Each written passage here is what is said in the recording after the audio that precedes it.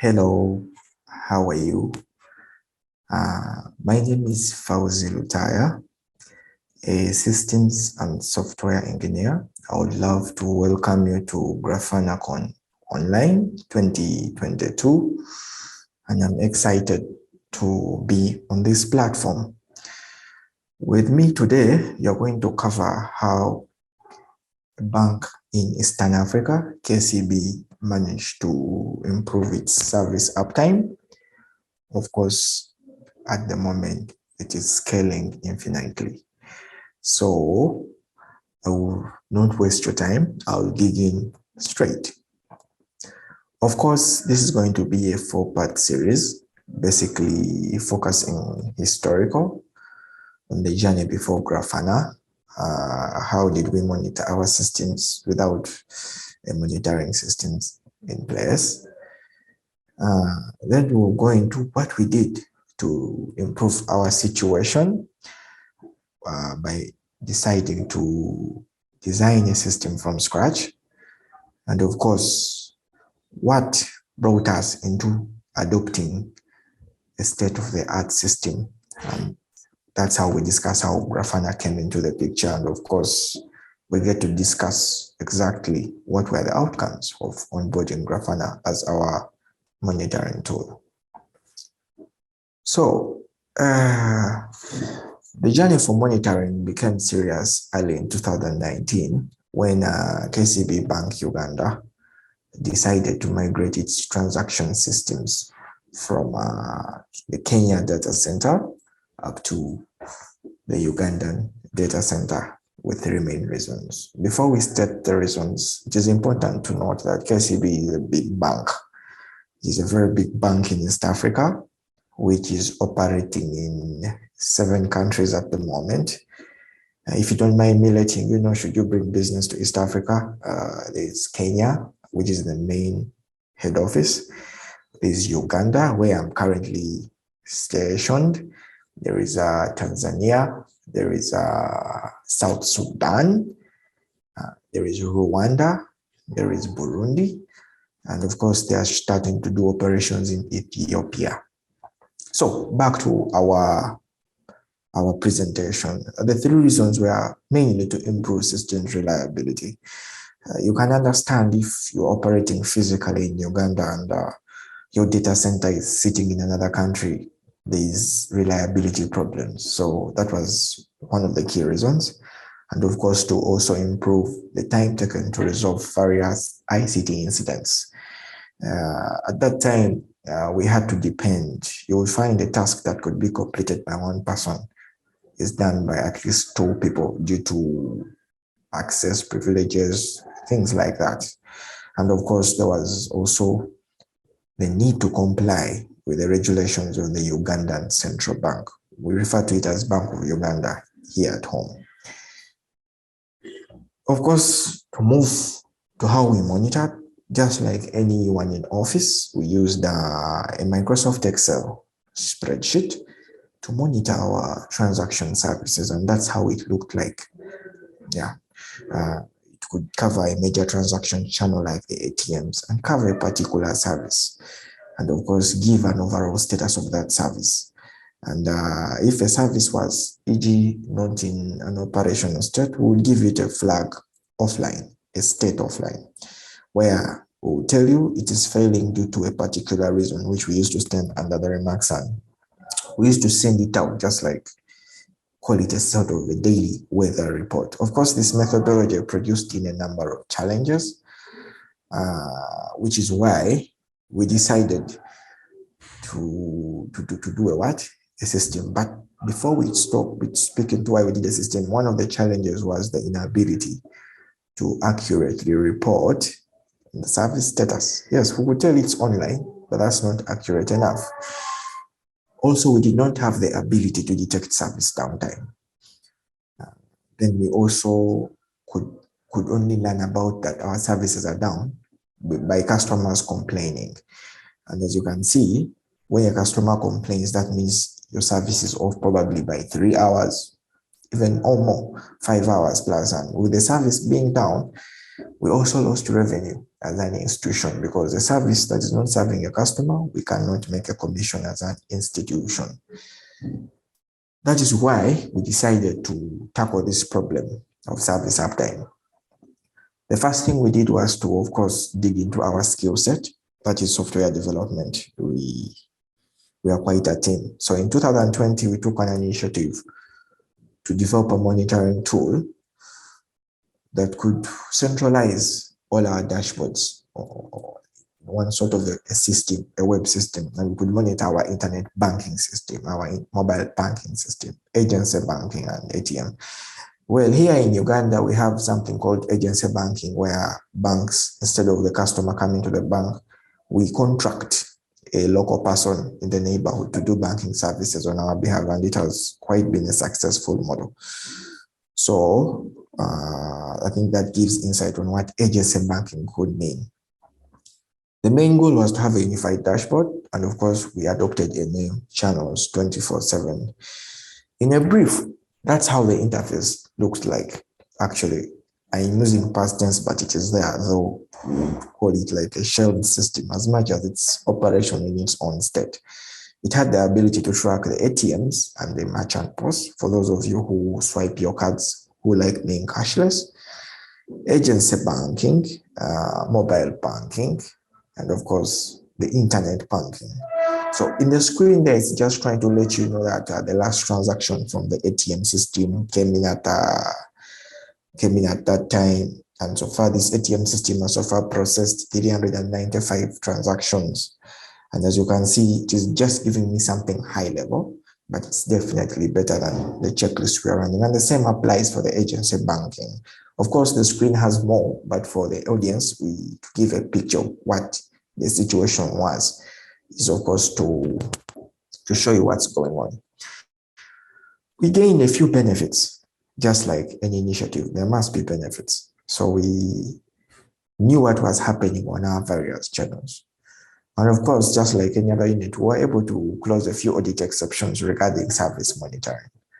However, we discovered by doing this system, we actually needed to do more, because we realized we were only monitoring at a maximum 55% of what was going on under the hood for our systems. And whenever we had to add new services, because we are an innovative institution, we had to rebuild code, and that means we had to get the software developer do it. Generally, as you can see, it was hard to scale. And of course, it did not have real-time alerts. In other words, it would turn you into some sort of a security guard who has to look at a monitor to see what's going on. So because of the inability to monitor at least 95% of our application service metrics, there was a need to attain a state-of-the-art monitoring capabilities. And of course, that's how Grafana came into the picture. Why did we bring in Grafana? Grafana is not new to this forum, of course, that's why we have convened in 2022. One of them was to monitor our infrastructure. We needed to have monitoring capabilities for our application servers that were housing our critical services. And of course, we needed to attain state of the art. We needed to know the service state. We needed to see if there are alerts related to a particular service. I want to know if a service is down at 8 a.m. in the morning and then it came back at 9 a.m. It is good for audit purposes and holding different stakeholders accountable, e.g. service providers. And then, of course, we needed to visualize. We needed to visualize what was going on in our systems. And we needed a tool that could give us graphs, pie charts, histograms, among others.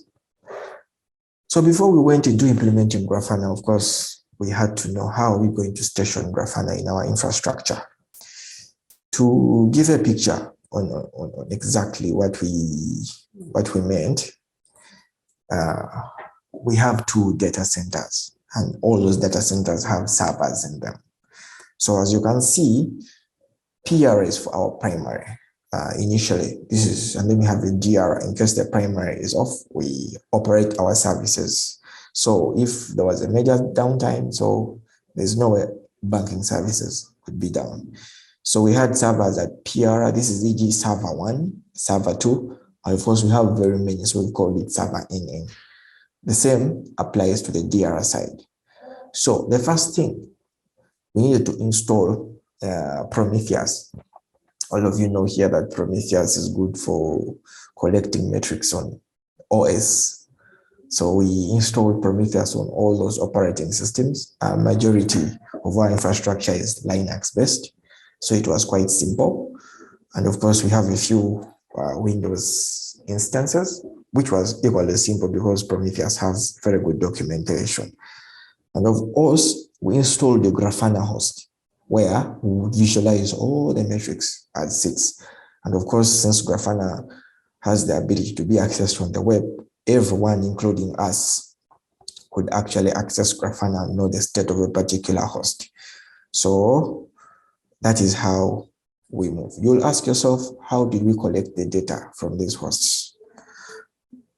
So we used Prometheus for collecting infrastructure metrics, and we also used simple JSON data source. Now, here we're trying to get data from databases, but specifically enterprise databases, the ones for which we did not have a Grafana license for, particularly Oracle, because if you're aware, for Oracle, we need an enterprise license. So we used simple JSON. And of course, we used Microsoft SQL Server for querying the MS SQL databases. And as you can see here, this is our simple JSON, the one we are calling the OraDB pipe. And we connected it to a JSON interface, which we program on the back end. And these are our Prometheus data sources sitting on the different hosts. We've blurred them out for security-related purposes, but I hope you all understand. Thank you. Moving on to the next slide. Of course, before you start monitoring services, you must at least have a picture of what's happening on your infrastructure. The infrastructure is the base. So without a base, you can't monitor what's happening. So this is a dashboard. Actually, it's a dashboard list, to be exact, listing the different servers. This is the server at PR. We've blurred out the IP, server 2, server 3, server 4, and we are just giving a clear insight exactly what are the services, the critical services that are sitting onto this infrastructure. You will see we have clearing, where people are still banking checks, direct credit, things to do with other services, as you can see. Mobile banking, as you can see. On another server, we have our agency, our ATM, and other different infrastructure like Nginx. I think it's a popular thing. So the next is just a sample dashboard to show you a particular server. Now, this, most of you members have seen. However, in our environment, where we come from, we are a team of people, and this information is very useful. If servers are slow, with the system load, you're able to tell the infrastructure manager, please add me CPU, or please find out what could be maxing out my CPU. And you can also tell if your server has been restarted. Remember, it's a big bank. As an administrator, you have a list of your hosts. So you have a responsibility to find out, oh, okay, it's been up. That means no one has touched it at infrastructure. You can also monitor, the space, as you can see. And you get to tell, let me go shrink some files so that the server doesn't go down. Then we move on to the real action where we are here. How did we monitor services? We've spoken of infrastructure. There are many tools to monitor infrastructure. However, services, Grafana was best optimized for monitoring what I call services, the ones that you have to think, how am I going to monitor? So we adopted a strategy called early warning. Early warning is a word that is not new to members here. I'll give an example. Some of our countries here, like in Europe, they have early warning systems, e.g. for weather, to know a storm is kind to hit the mainland. Yeah, I think we've all seen it on our cable TVs. And then we're able to evacuate people early on. So the same strategy, we employed it in the transaction world. So we had to build dashboard lists. The first thing, this is a dashboard dedicated to agency banking, a dashboard dedicated to mobile loans. This is a digital lending product. Thanks to COVID, we decided to innovate products where customers don't come to us, but they still get the loaning services as much as they want. Airtel, Airtel is a very huge telecom here in Africa. So we have a business with it. We give it. So those are critical things that we had to monitor at all times, our ATM. So what we did was to design multiple dashboards to house early warning metrics for each transaction channel, as shown aside, and we attached alerts to these things. So we've taken a sample picture of our internet banking system just to try to walk through what is early warning. What did we do? It is actually not rocket science. What we did was to know, as an administrator, your system, my system, if it's okay, this is how it should behave. So for us, we used a last time-based strategy, right? For internet banking, it's an active system. So I set a metric like e.g. for 10 minutes. So if 40 minutes elapse and there's not been a transaction, I get an alert. That alert is to warn me early on. There's not been a transaction at this time. So please be on some sort of a red alert. So here it's trying to show you that the last time a transaction happened on internet banking is 2 minutes ago, if you can look at the graph here. So you're okay. But when you look at another transaction service, internet banking bulk, we have big companies, e.g. that big firms, they have a lot of workers. So what they do, they pay their money direct from our internet banking. So you will find there has not been a transaction on this. So as an administrator, I get concerned. Why is this service in an alerting state? So I dig. When I find things are okay, at least I know. So if the manager calls me, hi Fawaz, this service, I have an idea. But if I tell him it's okay, let the customer proceed with file processing. Generally now I'm communicating confidence as the person who is in charge of a huge portfolio.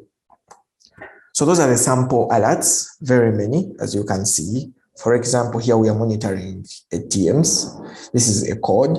However, we know is issuing visa. By issuing visa, I'm tracking all my customers across the globe. I have customers in Europe. I have customers in Southern America. They are KCB customers and they are Ugandans.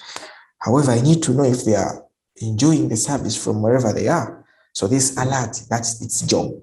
It's telling me Visa is, even if he swiped his card, e.g. on Bank of America, Citibank, or Deutsche Bank, I would know, he was served. If he's not being served properly, I would still get an alert.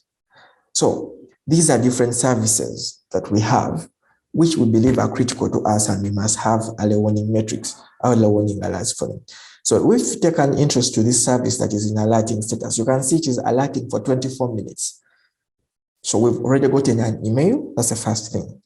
Two, if someone is viewing this on the dashboard, a service manager of some sort, he will ask you, hi team, is all okay? We check the network. Generally, before a user complains, a customer department, we have some sort of, we've started a preemptive strategy of dealing with issues. So we go ahead to tell you, how did we define an alert?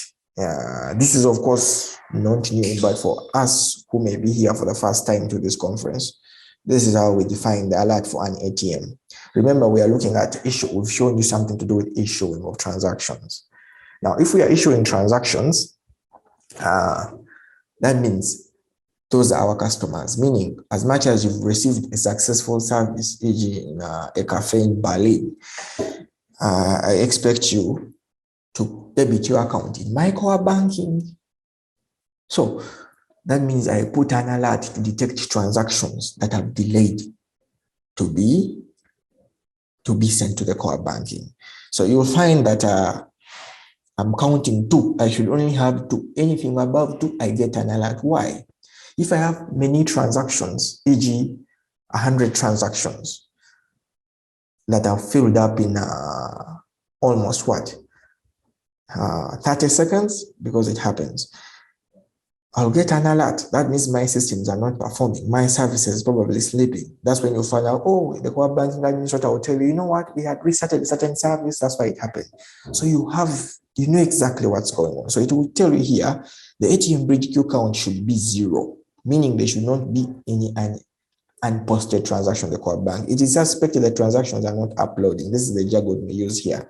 Of course, to T24, this is a common brand for those of you who may be in the banking world. T24, Finaco, FlexCube, those are the different core banking systems on the market. So that's when you're like, you know what, let's check. When you discover your things are okay, but they're not loading, that's when you engage your colleagues at the core banking level. Hi guys, please check for me this out.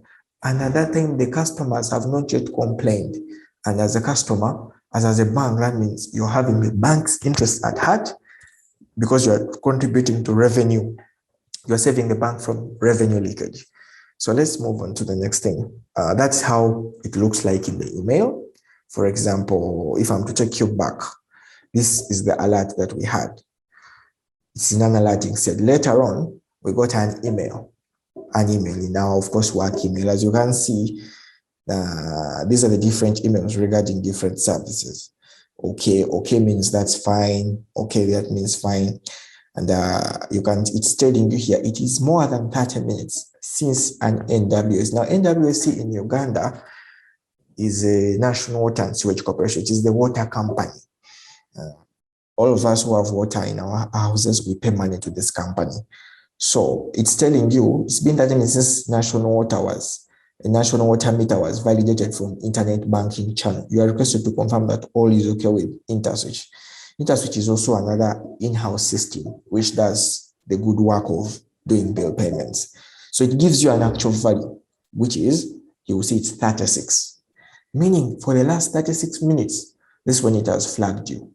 Of course, to avoid those flags, when an alert reaches e.g. 20 minutes, the system will try checking for the next 5 minutes. It's not quickly going to send you alarms. We want alerts, we don't want alarms. When it sends you an alert, it is really telling you the truth. It has tried for the last 5 minutes or the last, whatever you've configured. So then, how did we manage to handle all these numerous dashboards as an institution? Because you are one human being. You can't be looking at 10 dashboards, because at the end of the day, we created over 20 dashboards. So to monitor these, we created playlists. We created playlists to display each dashboard for visual human monitoring so that administrators maintain a 360-degree view. For those of you who have gone into malls, you've seen there are many cameras. Those are representing the sort of dashboards we are speaking about in this case. So you would find here, this is a sample playlist. We call it channels monitor. We are looking at the different servers. So here we're showing you under the infrastructure. We are looking at 6 machines. So this playlist keeps changing. So if there is an administrator, by chance they will see there is an interval of 5 minutes. So a dashboard will be on for 5 minutes.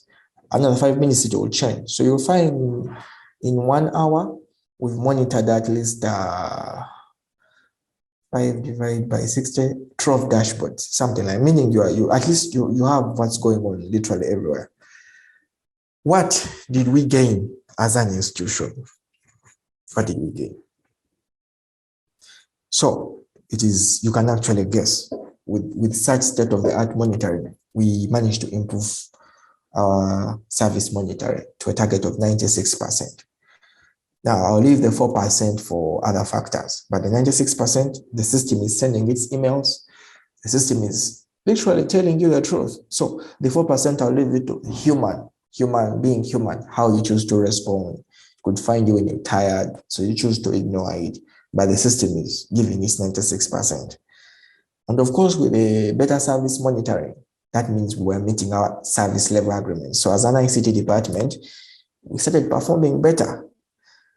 And of course, another thing we gained, it's easy to add on new hosts. Remember, we are in a world where some of our things are on the cloud, so it's easy to spin up new hosts. So you'll find people bringing on new products which have to sit on new hosts. So It is now not rocket science to add a new host tool.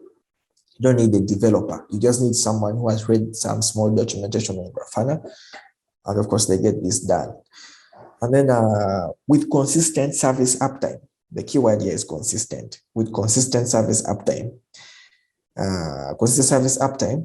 it led to consistent revenue collection. That means our ledger started looking better because Grafana teaches you how to be consistent. You don't do well on Monday, on Tuesday, you underperform. You must have a consistency. So with Grafana having been onboarded as an institution, it opened our eyes up to new opportunities on the horizon. So as a bank, we discovered that we have many products and we traditionally rely on reports. However, we discovered that we could actually write trend dashboards. So what did we do? We decided to think of expanding the Grafana scope to analyze the transaction trends in real time or a specified time period to gain deeper insight on our business products. We have visa products, we have credit card products, we have loaning products, we have savings. We need to know if this is giving me some sort of threat. So we need some sort of a quick BI, not like this deep stuff where you have to do ETL. I'm not saying ETL is bad. I'm just saying the more we move into business, they love what we call simplified convenience. They are not interested in how complex a process is. All they want is simplified convenience. Then we later discovered that Grafana, we could actually do more. We had to think, how do we expand Grafana to monitor, support ICT infrastructure? Now we've been speaking about servers, but these servers also run on generators. And these generators also, we have UPS systems, we have CCTV.